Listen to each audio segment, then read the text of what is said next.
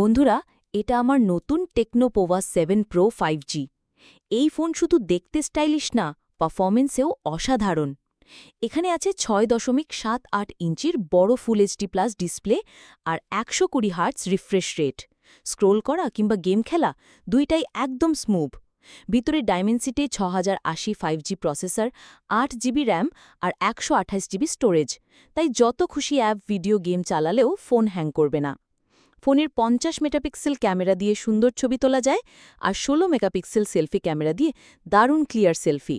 5000 mAh battery, 68 watt fast charging, মানে charge নিয়ে ভাবনা নেই।